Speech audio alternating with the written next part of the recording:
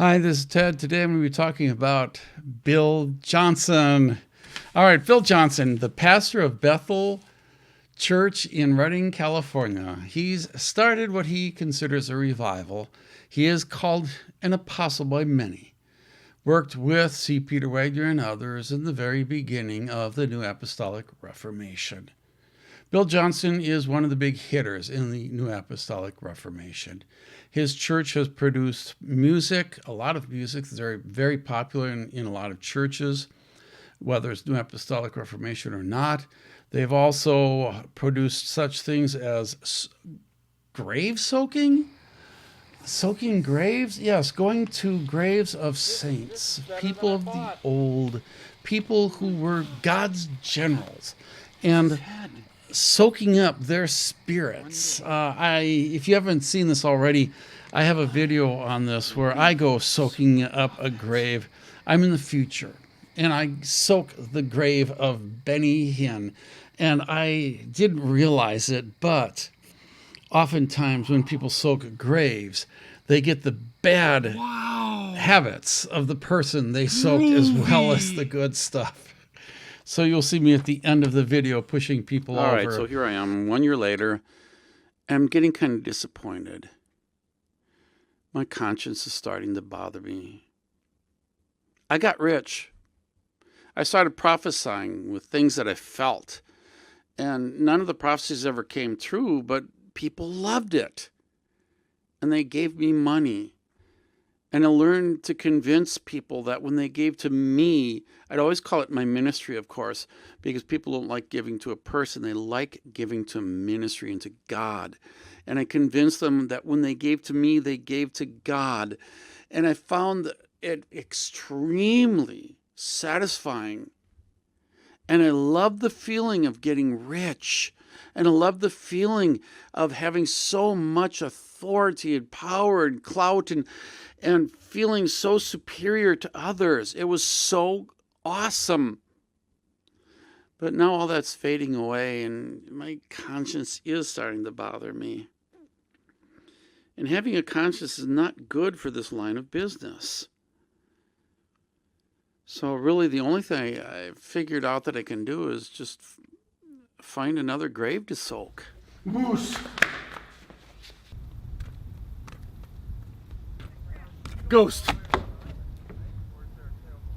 That is grave soaking, and that came out of Bethel. Other things, wonderful things, have also come out of Bethel, including the very beginnings, some of the very beginnings. I think it was already growing, but definitely something that gained worldwide attention is when sparkles came down from heaven in their congregation. And then fog came down from heaven in their congregation. And true believers believed that these were signs from God. But I was even more excited by this recent event which took place at Bethel. So I wanted to share it with you. Good morning. This is the latest news. In Redding, California, Bethel Church has just experienced the manifestation of something out of the ordinary. 1 hour into the church, as people sang and prayed, Santa Claus appeared, dropping presents into the audience. People who had been praying for money received money from Santa Claus. This lady received a new car from Santa, but because the sanctuary doors are not large enough, she has not been able to take it home. The pastor told us that if they can't remove the car, they will convert it into a soaking prayer room. Several people received gold teeth. This person prayed for a new home, but when asked by reporters why it was so small, she said that she should have been more specific in her prayer. Worship leaders received new guitars, amplifiers, drums, and keyboards. One member broke down and wept as Santa left her nothing. She later confessed to reporters that she was having impure thoughts during the time of visitation, and she believes this is why she got nothing. Meanwhile, outside the church, storks were dropping off babies to barren women. While this brought much joy to most, some did not want children and said they would never return to Bill's church again. As expected, Santa gave doubters and unbelievers lumps of coal. That is the news for today. Good night and have an awesome tomorrow. All right, Bill Johnson. What I found interesting this last week is I was studying. I'm reading his book. I'm listening to it, but I'm reading his book and on prophets and prophecy, because I want to understand his point of view, how and why, what he believes. It's interesting. I'll be presenting some of my lessons that I've learned from his book in the next few weeks. But while I'm listening to this book and while I'm watching a video of him, a little bit too much, I suppose, I start getting a feeling of being drawn, wanting to believe what he's saying, wanting more of what he's saying. And now some people would say, this is the Holy Spirit. Others would say, this is the devil. But I say, it is a learning opportunity. Why do I consider it a learning opportunity? I like it. I really did. I milked it a little bit because I wanted to feel a little bit more and put myself in the shoes of somebody who really buys into what he says. See, I have too many things protecting me from falling into this error. And I'll tell you what, a lot of it is Bible. First of all, I wanted to find out, while I was in this funk, I wanted to find out, why am I attracted to this character? I know enough about him to know I shouldn't be attracted, but I still love the idea that I had this certain attraction, this certain drawing. I wanted to be pulled in. And part of it is his personality, because he comes across as being very open, very honest, sincere, confident. And those dynamics were very attractive to me. Now, I guarantee in time this will fade away. In fact, it's already beginning. It's already faded way too much away. But during that time period, I was noticing that's probably what some of it is. But there's something even deeper and even more that drew me. It was his message. His message that there's an Eden out there. Something very special. God, his kingdom, and all its benefits are available to us now. And churches have not even begun to tap into this because they have been satisfied with being half dead. And this, for some reason, seemed so attractive. It seemed to want to lure me in. So why am I not lured in? No, part of it is definitely, a big part of it is knowing the scriptures and knowing the Bible that he used. Sometimes it caused me to question, I could see that. But other times it's like, oh, come on. He's reading into the Bible rather than allowing the Bible to speak for itself. And I'll get in more into that in the next week or two. But as I reflected, I realized there's another reason why I don't buy into what he says. And that is because this is not the first time I felt drawn into something I knew was off. You see, as a young Christian, especially the first 10 years or so of my Christian walk, I did a lot of talking to different people, children of God, Moonies, Krishnas, different people, Mormons, Jehovah's Witnesses. And oftentimes, I don't know how often, I don't remember most of them. I'm going to tell you 2 or 3 that I do remember because I was young and they made such a profound influence on me. But I felt drawn to what they were saying. And what kept me out from allowing myself to being drawn is because I knew enough not to get involved. I knew enough not to follow my feeling. But for somebody who does not know enough, because they haven't been trained or they haven't been taught, just don't know better, they are unfortunately going to be oftentimes giving in because they will feel this kind of feeling of drawing in that I felt. When I was a young Christian, I used to pass out these little tracts, these little pamphlets, 4 spiritual laws, things like that. And I give them to people. And I didn't think these things would do much, except back in the early 70s, just handing something like that to somebody oftentimes created questions that they would ask. Back then, they wanted to know because Christianity, for some reason, evangelicalism was new, and it hadn't by that time yet built up the Jerry Falwells and the Kenneth Copelands and all this wackiness going on. But I was handing out these tracts. I was about a week old of the Lord, maybe 2 weeks. So really young, know nothing. Very little of the Bible, very little, a few verses. And I'm passing out a tract and I give it to a guy who's sitting on a seat behind a counter at a gas station. And immediately he starts asking questions. And these were not the kinds of questions I was used to getting from people who were hungry. I sensed something was just not right. And within minutes, he had turned around the conversation and convinced me to read Jehovah's Witness literature that he gave me. And I walked away and walked into the car with my friends. And I said, oh, look at what this guy showed me. And they said, get rid of that. And so I did. Fortunately, I did, because I was clueless. Several years later, I'm talking to Mormons, and by this time I knew a lot about Mormonism.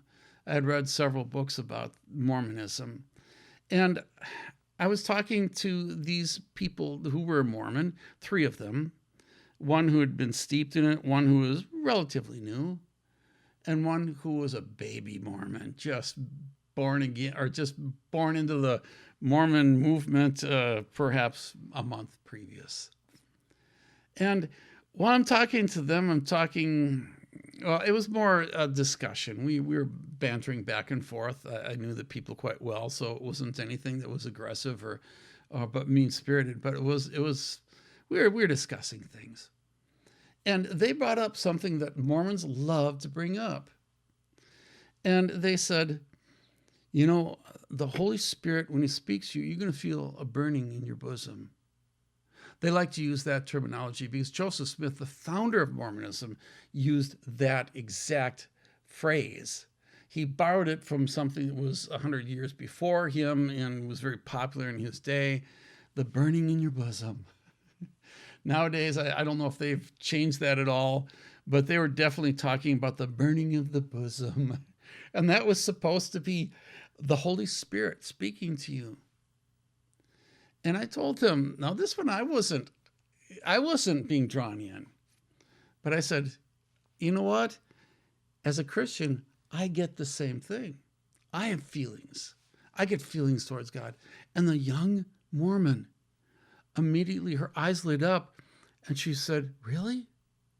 She really believed that Mormons were the only ones who ever got experience. And the experience of being drawn. And because of that, and the second that happened, Mormon number 2 took her out of the room away from me. No doubt no, he is not from God because he's not a Mormon or whatever she's going to say. He doesn't know the full gospel of Mormonism.